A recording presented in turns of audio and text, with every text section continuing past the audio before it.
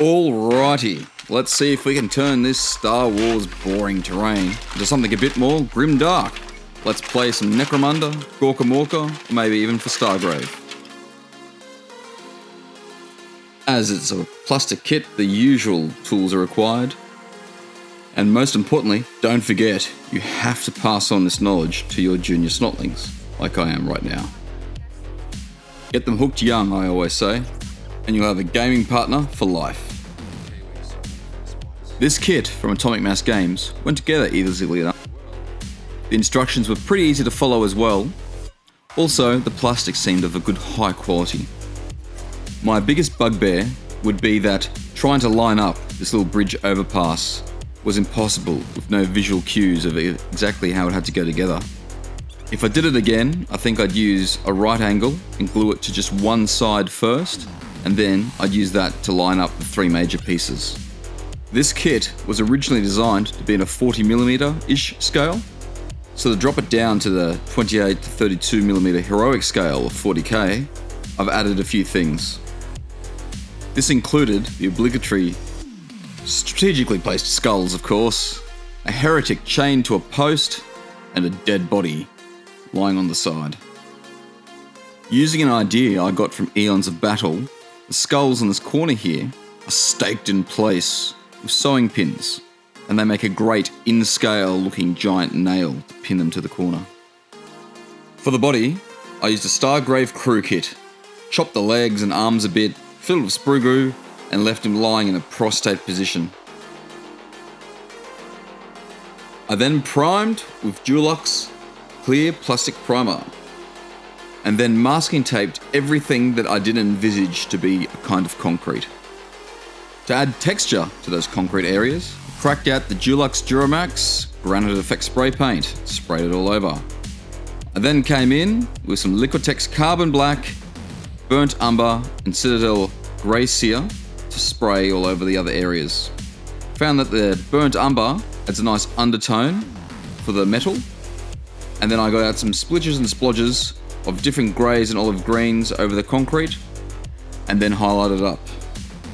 Started with rust grey and progressively added white as I dry brushed lighter and lighter.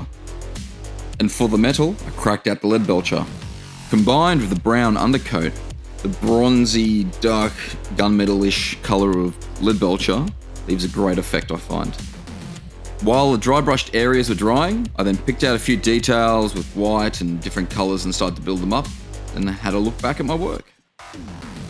I then also came in with a dry brush of Vallejo's aluminium, added with burnt umber ink from liquitex, and some blue ink in different spots to add some more mottling effect to the metalwork.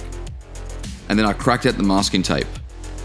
On this side of the building, I added like a stripy effect, just stippling on some white paint. Usually I do grey first, then white, but the building's already grey. I then picked out some further details and waited for things to dry. For hazard stripes, simply mask off your area, stipple grey and white down, then grab out some German grey and draw your black lines, as it were. Then crack out some yellow contrast paint, paint it over it, and pull off the masking tape. You will find the straightness of the masking tape makes up for any crookedness of your lines. For a wash, I simply mix up some water with liquitex black and burnt umber and a bit of blue mixed in there. I thinned it out and tested it on the dry bits of my palette to see how it'll go over my paint.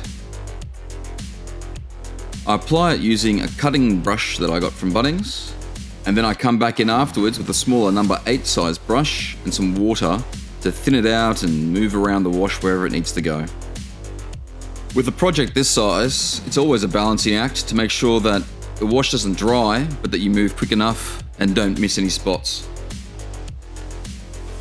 Once dry, come back in with a bit of a highlight, dry brush again, all over the metal, and a tiny bit on the concrete.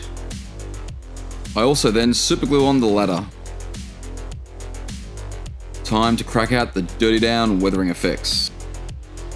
I start with the dark rust, and then move quickly onto the yellow rust. I use this as a kind of highlight, and it makes a nice mottled effect, deepening the overall appearance. I then also follow this up with some verdigris and moss in appropriate places.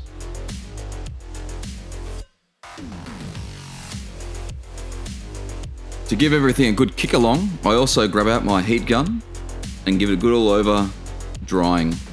I find the heat tends to make the effect work a bit stronger, but be careful not to bubble any paint or damage anything. I then come back in with a wet, not dripping, stiff brush and smooge and smear all the effects about. I concentrate on things like tea staining, or where I've been a bit too exuberant, or where it doesn't really look natural. For example, the upper edges of a piece of metal where it would be polished clean from use. Time to add my dead guy. Add a bit of blood to the cavernous hole I drilled in his helmet, put some on the floor and thinned it so it ran down the channels on the rooftop there, and then use my stiff stippling brush to splatter some gore up onto the side of the building. Time for some posters. I find these help add a touch of realism, a bit of trash, and help in getting the scale right. I simply get these off the internet. I just Google sci-fi or 40k scale posters, and then I get them printed off at my local office works at about 50 at a time, so I have a big bunch of them at all times. All you gotta do to apply them is cut them out, soak them in some watery PVA glue water, and then stipple them onto the places you'd like them to go. Try and think about how you've seen them placed in the wild, as it were, layering up on top of one of each other or lying on the ground somewhere. And then to hide the cut edges, I get out some streaking grime and apply it over the posters, and then add liberal amounts of water to let the streaking grime run down off them and create like a natural effect down the side of the building.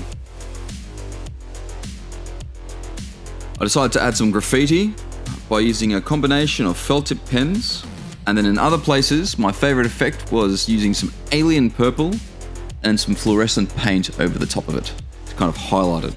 And I found that gave a really nice graffiti style effect.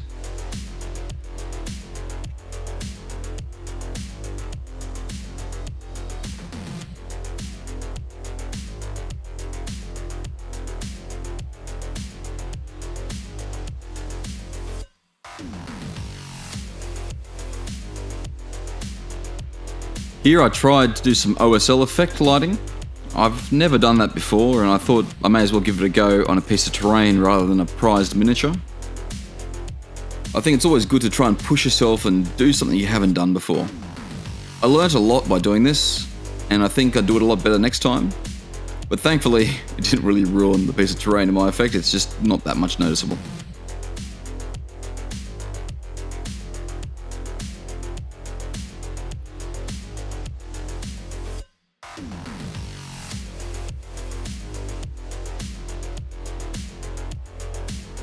To finish it off, I decided I need some alien purple grass.